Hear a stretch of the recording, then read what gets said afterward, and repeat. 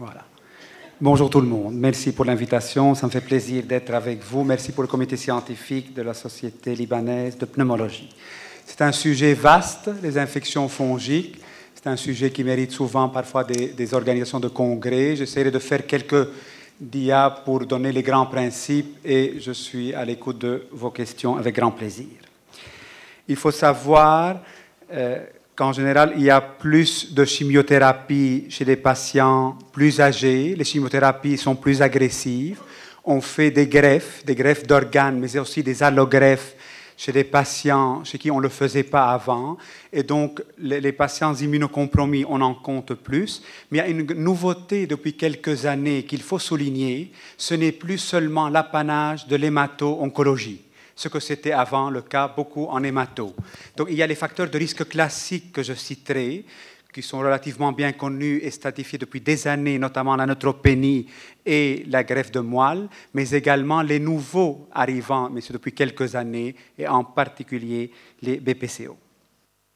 Je parlerai des candidats et de l'aspergillus et j'essaierai de donner quelques key messages. Il y a plusieurs espaces de candidats.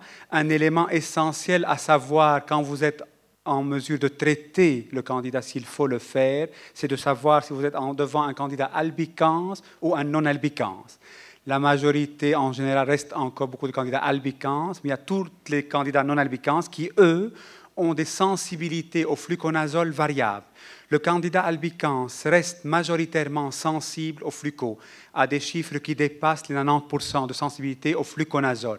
Les non-albicans, cela est variable. On prend l'exemple, à savoir du Krusei. Un candidat Krusei que vous avez dans votre culture est intrinsèquement résistant au fluconazole. Et donc là, vous ne pouvez pas l'utiliser. L'aspergillose, il y a l'aspergillus fumigatus, c'est le plus important. Il y a d'autres aspergillus qu'on rencontre moins et qui sont aussi colonisants. La cryptococcose, et voici les plus fréquentes. Les plus rares, ça c'est plus en patients hémato, dont le mucor, qu'on entend parler et qui est réellement sévère. Et quand on a une infection réelle à mucor, le traitement est très difficile. Le fusarium et d'autres, comme le pseudosporium également. Les facteurs de risque pour le candidat. Parlez d'abord des infections fongiques à candidat. Les brûlés, les polytraumatisés, la chirurgie en général est un facteur de risque. Dans une unité de soins intensifs chirurgicales, il y a une attention particulière pour les infections à candidat, notamment la chirurgie abdominale. J'attire beaucoup votre attention que le candidat est très souvent colonisant. Et alors, il faut vraiment faire la part des choses entre la colonisation et l'infection. Les drogues antifongiques en général, et notamment les nouvelles drogues, ne sont pas sans toxicité et le prix est assez important. Je pense qu'il faut faire attention de ne pas traiter la colonisation. C'est vraiment toute l'importance. C'est important pour les bactéries, c'est encore plus important pour les champignons, en particulier pour les candidats. Le candidat parapsilosis est plus particulier en néonatal, et le parapsilosis, en néonat, en général, on connaît pas mal les infections fongiques à candidats. Le tropicalis, quand vous avez, c'est plutôt lié au cathéter, et le glabrata. Ceux qui utilisent dans leurs hôpitaux une prophylaxie par fluconazole pour les patients hémato ou onco ont un certain shift du candidat albicans vers les non-albicans. Actuellement, en onco, on n'utilise plus du tout de prophylaxie par le fluco, je précise, on n'utilise plus du tout, et en hémato, on la réserve aux patients à haut risque. Et donc, en pneumologie, il est important de savoir si votre patient séjourne aux soins intensifs et qu'il reçoit quelques doses d'antibiotiques, vous pouvez faire tous les prélèvements respi, de frottis de gorge aux frottis autres, vous allez souvent retrouver du candidat.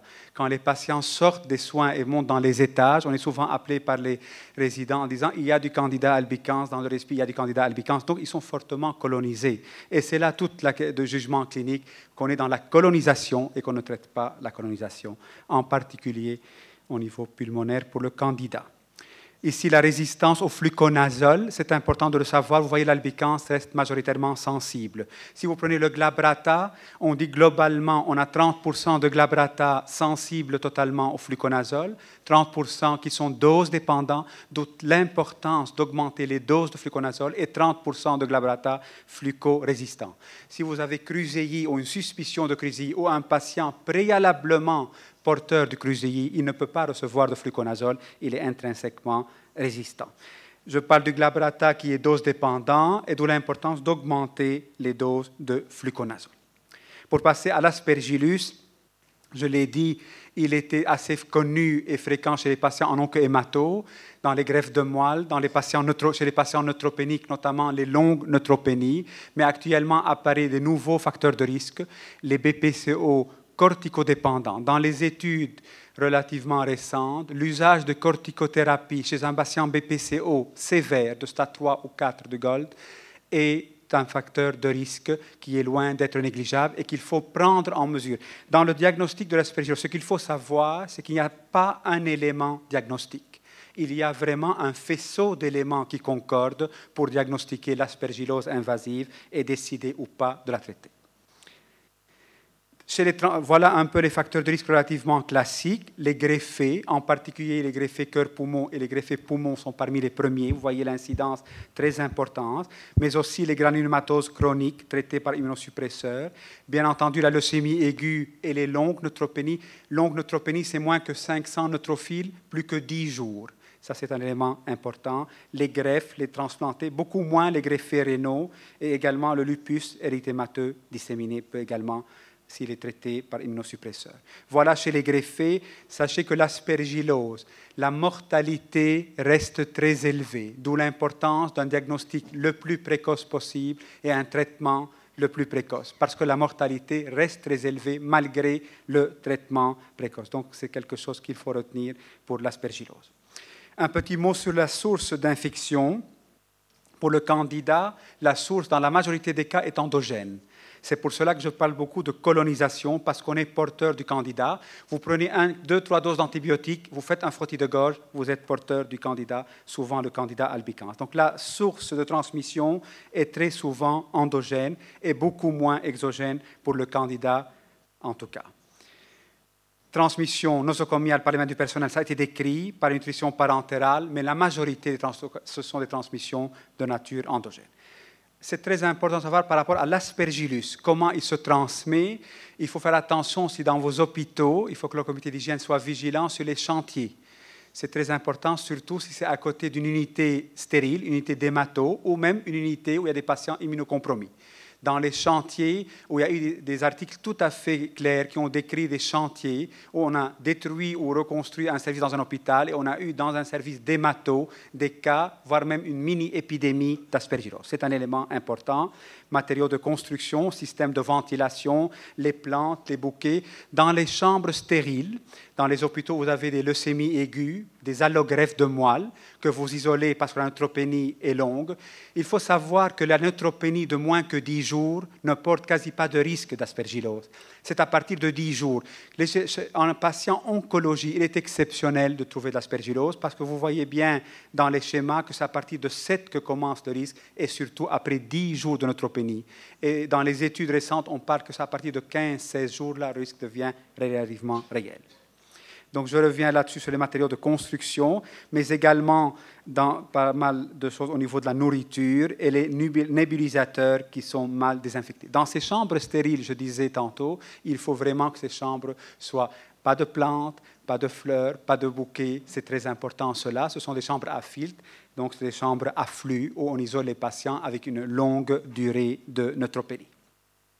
Inhalation d'air chargé en spores aspergillaires, avec une transmission également décrite dans des case reports par pansement contaminé. La prévention, je viens de le dire, surtout pour les patients à haut risque, plantes, fleurs, bouquets, aliments contaminés ne doivent pas rentrer dans la chambre stérile d'un patient hémato avec une longue neutropénie. Il faut savoir, parfois on découvre des chantiers, parfois on rentre dans une unité d'hémato et on découvre qu'ils sont en train de travailler, qu'ils chipotent au toit sans avoir notifié. C'est un élément important à savoir et à notifier. Un petit mot de la prophylaxie, je vous l'ai dit, on la réserve actuellement pour les patients à haut risque. Donc pour le candida, on le donne uniquement chez les patients vraiment à haut risque, les leucémies aiguës et autres, également pour l'aspergillose. On ne fait plus de prophylaxie en onco. Actuellement, la prophylaxie recommandée dans les leucémies aiguës, les myélodysplasies et les allogreffes qui présentent la GVH, c'est le posaconazole. C'est actuellement ce qui est repris et on fait beaucoup moins de prophylaxie pour le reste. Une des raisons pour laquelle on a diminué la prophylaxie, c'est qu'on a eu un shift dans les champignons moins sensibles au fluconazole. Si on utilise beaucoup j'encourage à ne pas le faire d'emblée. Les facteurs de risque pour le candida, je viens de dire, il y a la rupture des barrières anatomiques. Un des facteurs de risque qui relève le plus au niveau épidémiaux, c'est les cathéters. La présence d'un cathéter de voie centrale, un cathéter de longue durée, est un facteur de risque majeur. Avec, je citais la chirurgie, les brûlures, le traumatisme, mais la présence d'un cathé est un facteur de risque important. La pression antibiotique, également un élément important. Également, considérer le patient diabétique qui est plus à risque. Les patients sévères aux soins intensifs. C'est un conglomérat de raisons, notamment un patient en soins intensifs qui a une voie centrale, qui reçoit une nutrition parentérale, qui vient d'être opéré au niveau chirurgique abdominal. Ce patient-là cumule les risques et alors il faut bien screener ces patients ou alors parfois mettre exprès sur ces patients-là une prophylaxie. L'aspergillus, je l'ai dit, les patients neutropéniques de longue durée, hémato, mais également corticodépendance chez les BPCO. On parle de supérieur à 0,2 mg par kilo dans les études pendant au moins 2 à 3 semaines. Voilà un peu ce que les études reportent dans les facteurs de risque. Et actuellement, une des dernières études récentes intéressantes montre qu'un facteur de risque était des patients corticodépendants. La dose moyenne était de 24 mg avec un âge moyen de 65 ans. La candidose, je résume cela, hématogène aiguë, ça c'est la candidémie. Il y a la candidose invasive, mais qui peut être sans candidémie, hémoculture positive. Elle peut mimer le choc septique. Le patient peut aller très mal. Et là, il faut être très vigilant. Et j'insiste beaucoup là-dessus, sur la présence d'un cathé ou d'un autre matériel étranger comme un cathéter, avec une tunnelite sur le cathé. C'est une condition sine qua non de retrait de votre cathéter. La candidose pulmonaire. Est-ce que la pneumonie à candida existe? Ça a été fort débattu. Dans la littérature, on ne retrouve pas réellement de pneumonie à candida. Il y a parfois des nodules pulmonaires à candida, c'est exceptionnel chez des patients à très haut risque, mais l'entité pneumonie à candida n'est pas tout à fait explicite. Il y a tout le reste cellulite autour du réservoir de cathé. Candidose hématogène, on en voit moins. C'est la fameuse candidose hépatosplénique. La clinique de l'aspergillus est assez difficile parce qu'elle n'est pas caractéristique. Je l'ai dit au début, le diagnostic de l'aspergillose, je vais citer quelques tests qu'on fait, est un ensemble de faisceaux. Un patient, avant tout, il faut avoir le facteur hôte. C'est le patient immunocompromis hémato, patient BPCO corticodépendant sévère BPCO et les autres patients. C'est très important de savoir que les patients, une nouvelle classe de patients, c'est les patients rhumato. On fait moins attention, ce sont des jeunes patients qu'on traite par les anti-TNF d'une façon assez longue sur plusieurs années. Et on fait peu attention à ces patients-là. J'attire beaucoup votre attention. On a de plus en plus de cas, autant au niveau infection fongique, mais également d'autres infections. Chez ces patients qui sont on est moins vigilant parce qu'ils sont jeunes et souvent avec une seule maladie, pas tellement de comorbidité. Donc, il y a également ces patients-là qui sont à risque. La clinique, on parle de l'hémoptysie, on parle de la douleur pleurale, on parle de frottement pleural, on parle de douleur thoracique. Donc, un patient hémato qui est dans une chambre isolée, neutropénique depuis 25 jours, qui présente une douleur thoracique ou un frottement pleural, là, bien entendu, le risque est élevé. Mais sinon, la clinique n'est pas tout à fait spécifique. Elle fait partie d'un faisceau d'éléments importants. Attention, quand vous avez une suspicion d'aspergillose, elle peut être au niveau pulmonaire, elle peut également être au niveau sinusal. Les hémocultures sont rarement positives dans les candidoses. Elles sont plus ou moins dans les 50%, elles peuvent rester négatives. Les plusieurs sites de colonisation à candida peuvent être un élément qui induit à traiter les candidats. Et encore une fois, au niveau pulmonaire, la situation est un peu plus... en tout cas, il n'y a pas de pneumonie à candida en tant que telle, il y a plutôt une candidose invasive.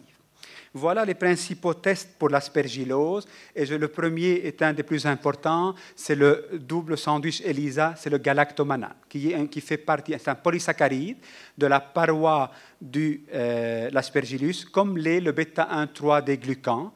Et ce sont ces tests-là qui sont de plus en plus utilisés, parfois seul le galactomannan, parfois en usage avec le bêta-1,3-glucan. Je pense que c'est assez important, le galactomannan. Il fait partie clairement maintenant du diagnostic de l'aspergillose. Bien entendu, le scanner, un scan à haute résolution, dès que vous avez une haute suspicion d'aspergillose, et on vient de parler du lavage, le lavage a toute son importance. Pourquoi ? Pas seulement pour l'examen direct et la culture, mais également pour l'antigène galactomannan sur le lavage bronchoalvéolaire. Ça, c'est un élément important également à citer. Biopsie, ponction, quand cela est faisable, et détection de 1,3-bêta des glucans. Ce qui est difficile chez les patients, comme on vient de parler dans les PCP, c'est que ces patients-là sont dans un état sévère. On n'a pas toujours la facilité d'aller au lavage bronchoalvéolaire, même pour le PCP, y compris aussi pour l'aspergillose. On n'arrive pas à y aller, le patient est à risque d'aller vers l'intubation.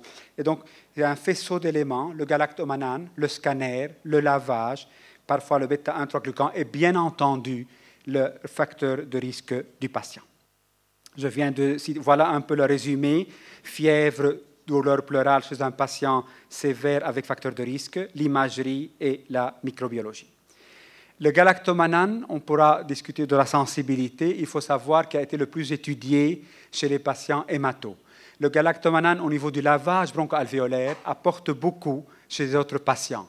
Parce que là, il peut être négatif dans le sérum, mais positif dans le lavage bronchoalvéolaire. Donc, je me permets d'insister sur cet élément. Si on a un lavage, même avec un volume relativement réduit, on peut demander le galactomannan sur le lavage. Voilà une étude faite aux États-Unis par Singh dans Transplantation qui montre que ça, c'est le galactomannan sur le lavage bronchoalvéolaire.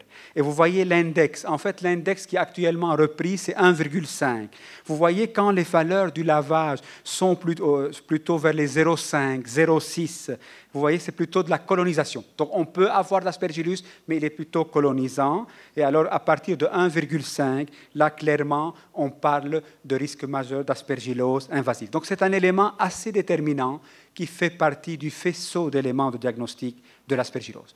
Voici des patients surveillés et des patients symptomatiques. Et vous voyez également la différence dans le galactomannan au niveau du lavage bronchoalvéolaire. Retenez le chiffre de 1,5.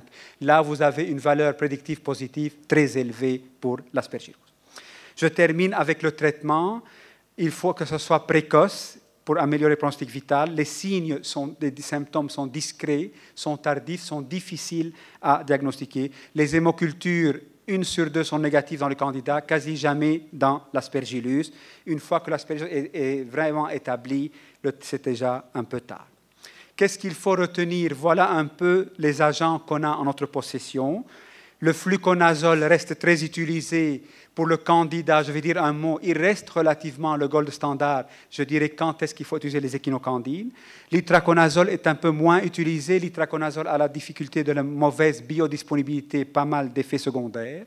Et bien entendu, les nouveaux arrivants, dont en premier le voriconazole, actuellement le gold standard dans l'aspergillose invasive. C'est au niveau A1. Posaconazole, moins utilisé dans le traitement, encore plus dans la prophylaxie. Alors les amphobés, je ne sais pas si vous utilisez encore beaucoup les formulations lipidiques, sont un peu moins utilisées, en particulier pour leur toxicité. Et enfin, les échinocandines, c'est très intéressant parce que c'est une pénicilline du champignon. En 2 mots, les échinocandines agissent sur le bêta-1,3-glucan que vous voyez, donc au niveau de la paroi et pas de la membrane. Tous les azolés agissent au niveau de la membrane. Donc, il n'y a aucune résistance croisée et on peut combiner ces 2 molécules. Ça, c'est un élément très important. Deuxième élément, j'attire l'attention, les échinocandines inhibent le bêta-1,3-glucan qui n'est pas présent dans les cellules des mammifères. C'est pour cela que les échinocandines sont peu toxiques et ont peu de résistance croisée. C'est un élément également important. Voilà le mode d'activité, je ne vais pas le détailler. Sachez qu'il est différent entre les azolés et les échinocandines, qu'il est différent entre l'amphobé et les échinocandines, d'où on peut, s'il faut, on peut combiner. Les modalités du traitement, le voriconazole, il faut le savoir, est le gold standard dans l'aspergillose actuellement. L'aspergillose prouvée ou estimée probable, le premier choix A1 par l'ITSA et par le Conseil européen, c'est le voriconazole. Intraveineux, pendant 2 à 7 jours, puis Péros, excellente biodisponibilité, beaucoup d'interactions avec le cytochrome P450. Attention, il y a des contre-indications, et ça c'est important de le savoir, le sirolimus, la rifampicine, les barbituriques long-acting, les médicaments qui induisent des torsades de pointe par allongement du QT sont contre-indiqués avec le voriconazole. D'autres médicaments, et la liste est grande, quand vous traitez vos patients par voriconazole, faites attention à regarder s'il n'y a pas d'adaptation à faire. Très actif pour l'aspergillose. Les échinocandines, vous avez, je pense, ici la micafongine et il y a la caspofongine, il y a l'anidulafongine également. Intéressant, peu toxique. Attention, intéressant de savoir que leur prix est très élevé aussi. Et ça, quand en hémato, on a toujours une discussion parce que les hématologues, et je peux le comprendre, craignent pour leurs patients et ont intérêt à vite dégainer les échinocandines. C'est un traitement qui coûte très cher, faites attention. Pas de résistance croisée connue, un autre mode de fonctionnement. Ce qui est intéressant, pas d'ajustement pour l'insuffisance rénale, sauf pour l'insuffisance hépatique modérée à sévère, là on réduit la dose. Fongicide, pas de résistance croisée, et alors serait active, mais pas en première ligne au niveau de l'aspergillose. Au niveau de la prise en charge de la candidose invasive, quand vous avez du candidat dans un prélèvement pulmonaire, de premier abord, moi je ne traite pas. Frottis de gorge ou autre frottis à candidat seul, on traite en prenant l'ensemble. Le retrait du cathéter dès que possible. Vous avez un patient qui présente une candidose, le retrait du cathéter est essentiel avec les examens autres, fond d'œil, échographie cardiaque et abdominale. Quel traitement choisir? C'est assez simple. Je pense que si dans votre hôpital vous utilisez peu le fluconazole en prophylaxie, il reste le gold standard. Quand est-ce qu'on ne doit pas l'utiliser? 1, si le patient a déjà reçu du fluconazole. 2, si le patient est colonisé par des candidats non albicans. 3, si le patient est instable. Les nouvelles recommandations, quand il y a instabilité hémodynamique, on préfère, pour commencer le traitement, les échinocandines, quitte à désescalader après quand vous avez le résultat des hémocultures. Si ces 3, donc si le patient n'a pas reçu de fluco, n'est pas colonisé, fluconazole 10 à 12 mg kg. Il est important d'augmenter les doses parce qu'on a de plus en plus de candidats doses dépendantes. IV et assez rapidement Péros. Instable hémodynamique, préalable au fluconazole, colonisé par une non-albicans, là il faut préférer certainement l'échinocandine pour commencer, quitte à désescalader après au fluconazole, la micafongine, l'anidulafongine ou la caspofongine. Un petit mot sur la durée, 14 jours après la dernière hémoculture positive. Pour respecter le temps, je passe à l'aspergillose. Il faut savoir qu'en hémato, vous avez le remboursement. Vous pouvez avoir dans les études à montrer que la caspofongine peut être utilisée empiriquement, ce qu'on essaye de faire de moins en moins. Je pense que ce qu'il faut retenir pour l'aspergillose, c'est le voriconazole. C'est le traitement de choix, 5 à 7 jours intraveineux, puis Péros ensuite. Alors, dans les recommandations, vient juste après l'amphotéricine liposomale, l'ambisome, et puis les autres, ce sont des salvage thérapies, mais pas en première ligne. Salvage thérapie, caspofongine et tous les autres.